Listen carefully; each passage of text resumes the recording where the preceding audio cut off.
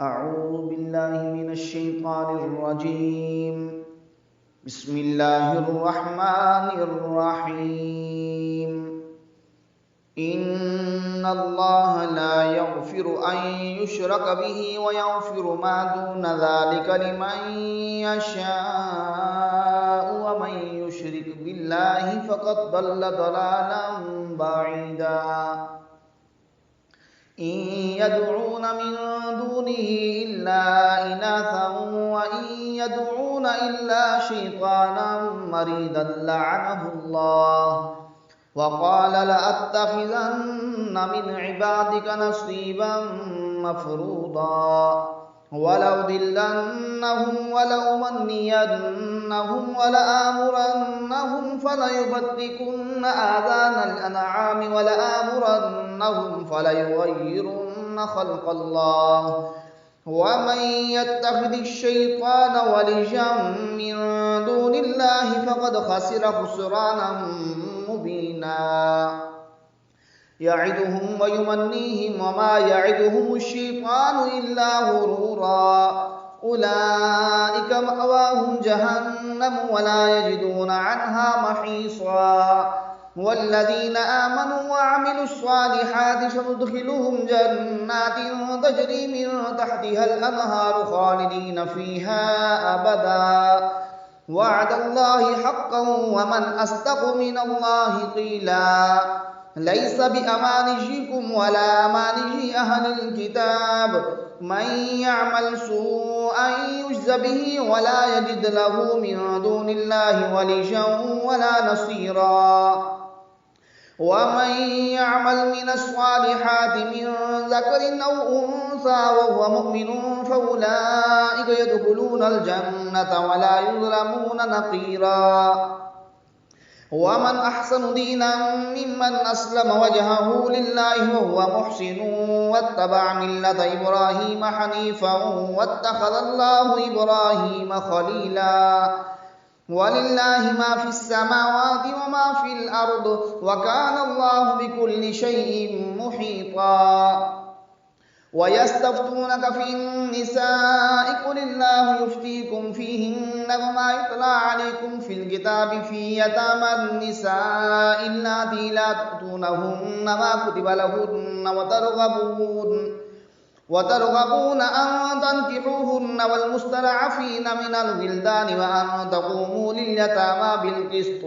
وما تفعلوا من خير فإن الله كان به عليما وإن امرأة خافت من بعدها نشوزا أو إعراضا فلا جناح عليهما أن يصلحا بينهما صلحا والصلح خير وأحضرت الأنفس الشح وإن تحسنوا وتتقوا فإن الله كان بما تعملون خبيرا ولن تستطيعوا أن تعدلوا بين النساء ولو حرصتم فلا تميلوا كل الميل فتذروها كالمعلقة وإن تصلحوا وتتقوا فإن الله كان غفورا رحيما وإن يتفرقا يغن الله كلا من سعته وكان الله واسعا حكيما ولله ما في السماوات وما في الأرض ولقد وصينا الذين أوتوا الكتاب من قبلكم وإياكم أن اتقوا الله وإن تكفروا فإن لله ما في السماوات وما في الأرض وكان الله غنيا حميدا ولله ما في السماوات وما في الأرض وكفى بالله وكيلا إن يشأ يذهبكم أيها الناس ويأتي بآخرين وكان الله على ذلك قديرا من كان يريد ثواب الدنيا فعند الله ثواب الدنيا والآخرة وكان الله سميعا بصيرا يا أيها الذين آمنوا كونوا قوامين بالقسط شهداء لله ولو على أنفسكم أو الوالدين والأقربين إن يكن غنيا أو فقيرا فالله أولى بهما فلا تتبعوا الهوى أن تعدلوا وإن تلووا أو تعرضوا فإن الله كان بما تعملون خبيرا يا أيها الذين آمنوا بالله ورسوله والكتاب الذي نزل على رسوله والكتاب الذي أنزل من قبل ومن يكفر بالله وملائكته وكتبه ورسله واليوم الآخر فقد ضل ضلالا بعيدا إن الذين آمنوا ثم كفروا ثم آمنوا ثم كفروا ثم ازدادوا كفرا لم يكن الله ليغفر لهم ولا ليهديهم سبيلا بشر المنافقين بأن لهم عذابا أليما الذين يتخذون الكافرين أولياء من دون المؤمنين أيبتغون عندهم العزة فإن العزة لله جميعا وقد نزل عليكم في الكتاب أن إذا سمعتم آيات الله يكفر بها ويستهزأ بها فلا تقعدوا معهم حتى يخوضوا في حديث غيره إنكم إذا مثلهم إن الله جامع المنافقين والكافرين في جهنم جميعا الذين يتربصون بكم فإن كان لكم فتح من الله قالوا ولم نكن معكم وإن كان للكافرين نصيب قالوا ألم نستحوذ عليكم ونمنعكم من المؤمنين فالله يحكم بينكم يوم القيامة ولن يجعل الله للكافرين على المؤمنين سبيلا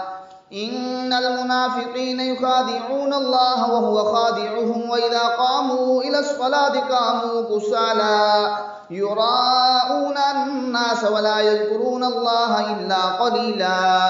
مذبذبين بين ذلك لا إله هؤلاء ولا إله هؤلاء ومن يضلل الله فلن تجد له سبيلا